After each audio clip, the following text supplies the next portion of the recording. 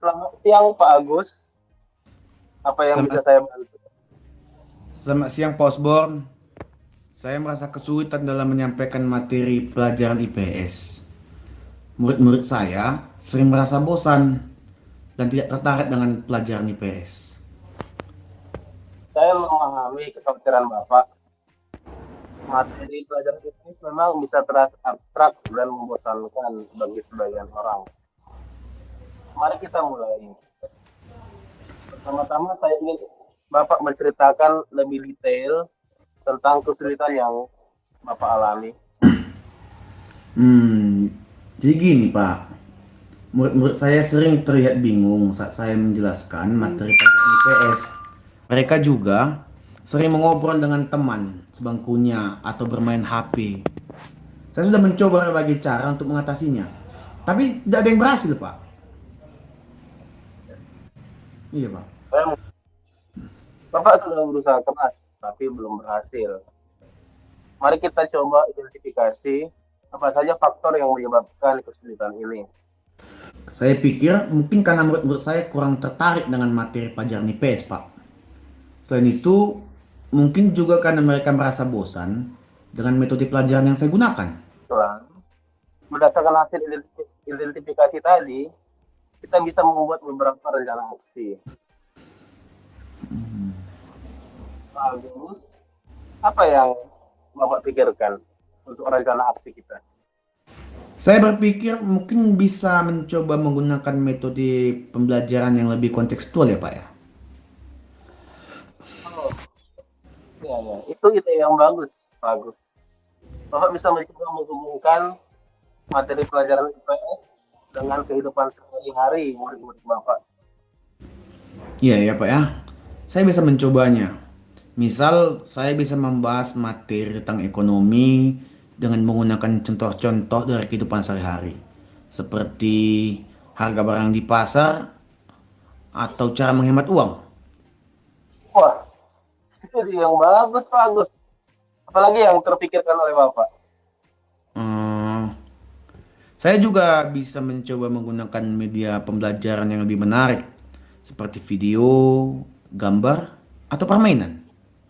Wah, Bapak bisa mencobanya itu. Saya rasa itu hal yang sangat baik untuk murid-murid Bapak. Ada lagi, Selain Pak? itu, selain itu Pak, saya juga sepertinya perlu memastikan bahwa murid saya memahami tujuan pembelajaran. Saya bisa menjelaskan tujuan pembelajaran dengan jelas di awal pembelajaran, di awal masuk Pak. Waduh. Ya, ya, ya. Itu sangat bagus. Saya rasa itu hal yang bagus untuk Bapak lakukan. Dan sepertinya akan berhasil jika Bapak melakukan itu. Ada lagi Pak yang terpikirkan oleh Bapak? Ya mudah-mudahan berhasil lah Pak. Terus saya juga rasa saya perlu menjaga hubungan baik dengan murid-murid saya. Saya bisa membangun hubungan yang baik dengan mereka dengan cara bersikap ramah dan bersikap hangat Pak. Waduh. Berarti eh, saran-saran dari Bapak itu, ide-ide Bapak itu cocok untuk kita jadikan rencana aksi yang perlu Bapak lakukan. Sekarang coba kita hati tanggung jawab masing-masing Pak untuk rencana aksi kita ini. Kalau menurut saya bertanggung jawab untuk mencoba metode pembelajaran yang lebih kontekstual. Saya juga bertanggung jawab untuk menjelaskan tujuan pembelajaran dengan jelas di awal pembelajaran. Itu dari saya Pak, menurut saya. Kalau gitu, saya akan bertanggung jawab untuk memberikan dukungan dan arahan kepada Bapak. Terima kasih Pak Osborn. Saya akan berusaha untuk menerapkan rencana aksi ini. Saya yakin Bapak bisa melakukannya. Semoga berhasil Pak ya. Ya, terima kasih Pak, semoga berhasil juga. Oke.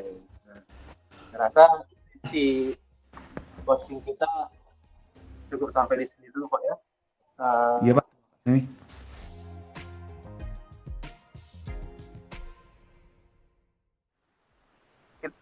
Baiklah, kita akan melakukan refleksi diri dari latihan coaching kita. Pak Agus, Ya Pak. apakah sudah siap? Siap-siap Pak. Oke, saya sebagai coaching sekarang ya untuk melakukan refleksi diri. Apa yang sudah berjalan dengan baik selama percakapan? Saya merasa percakapan berjalan dengan baik.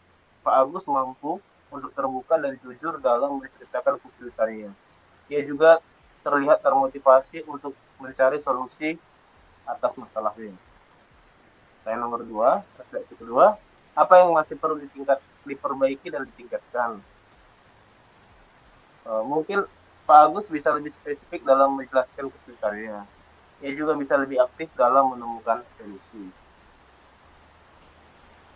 Nomor 3, apa yang Bapak Ibu lakukan untuk tetap dalam kondisi presence atau kehadiran penuh sebelum dan saat melakukan coaching?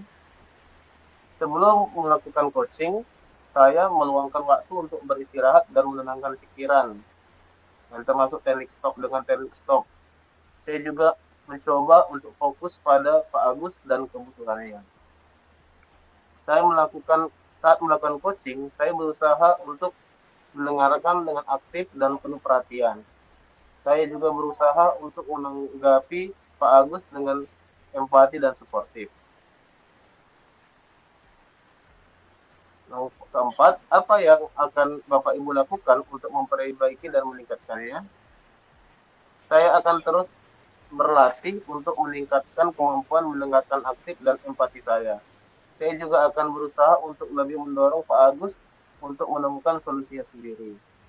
Berikut adalah beberapa hal spesifik yang bisa saya lakukan untuk memperbaiki atau meningkatkan kemampuan saya sebagai coach. Yang pertama, saya akan melakukan pelatihan coaching secara berkala. Kedua, saya akan berkonsultasi dengan coach lain. Ketiga, saya akan membaca buku dan artikel tentang coaching. Yang keempat, saya akan mengamati sisi coaching orang lain. Saya percaya bahwa dengan terus berlatih dan belajar, saya dapat bantu dan yang lainnya. Sekarang kita mau refleksi dulu, Pak. Kira-kira dari coaching kita itu, Pak, apa yang Bapak rasakan pada saat kita coaching, Pak? Ya, saya merasa nyaman Pak dan dihargai.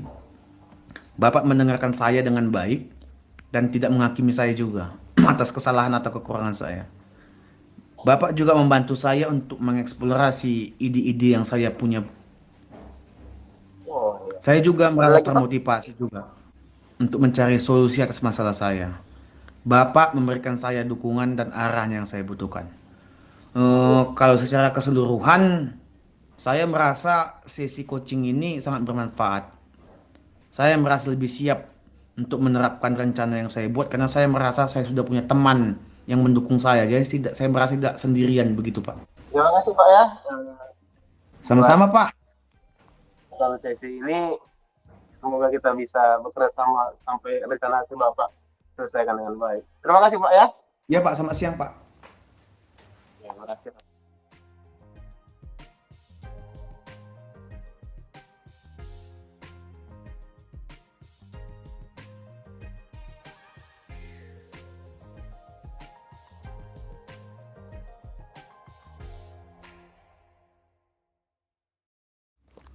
Pak Bon, selamat siang. Terima kasih sudah datang berkunjung, Pak. Ya, sama-sama Pak Agus. Selamat siang juga Pak Agus. Apa kabarnya, Pak? Sehat Pak. Tapi sekarang saya ada masalah Pak.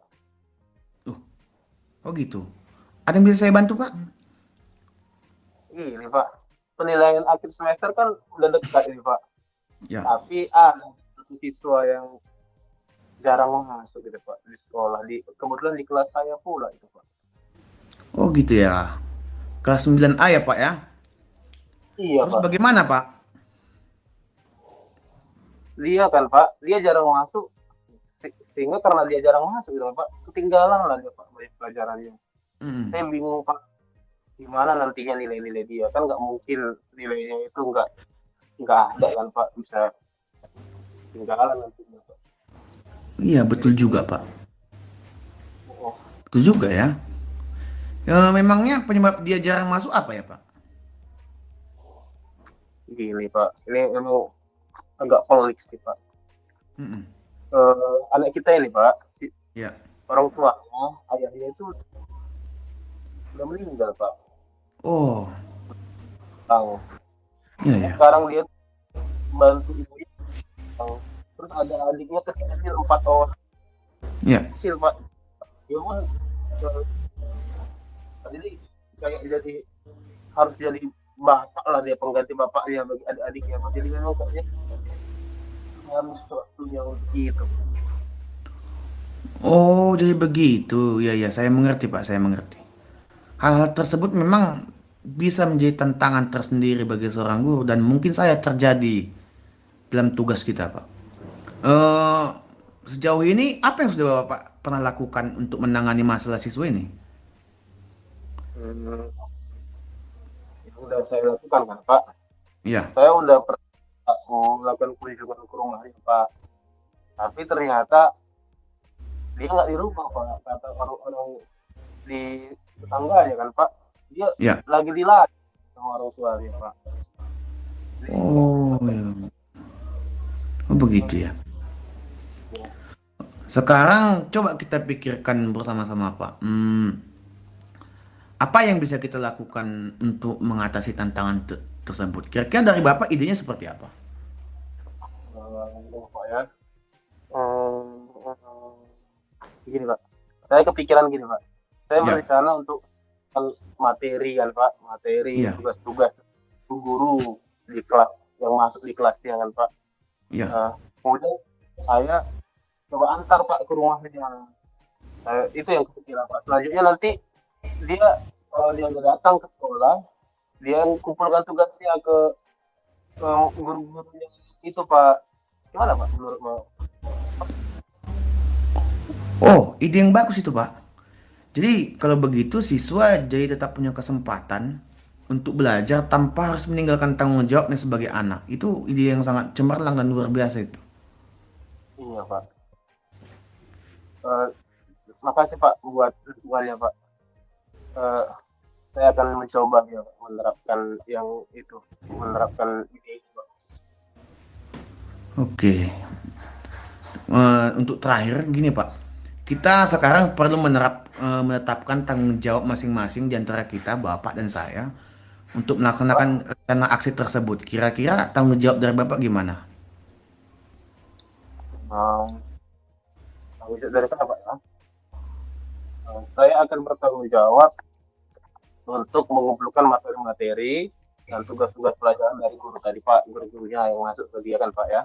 Iya. Saya juga akan dia datang ke sekolah setidaknya kan pak 3 kali seminggu lah untuk mengerjakan seluruh bagian tugasnya. Kan kalau kelamaan juga bakalan susah juga nanti pak sama guru-gurunya pun jadi keren kan pak. Jadi akan ngomong ke dia gitu.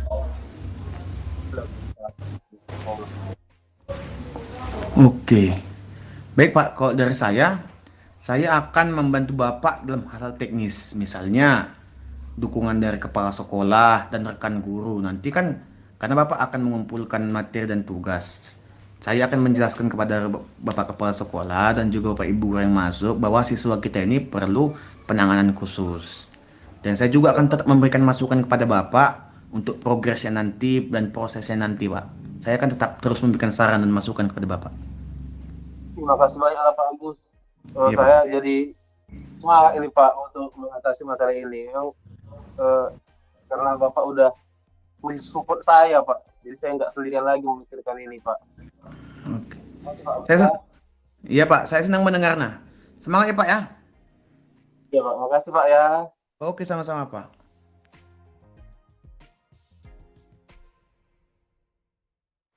Baiklah, Pak Osbon. Kita akan melakukan sesi refleksi diri setelah kita melakukan kegiatan coaching tadi.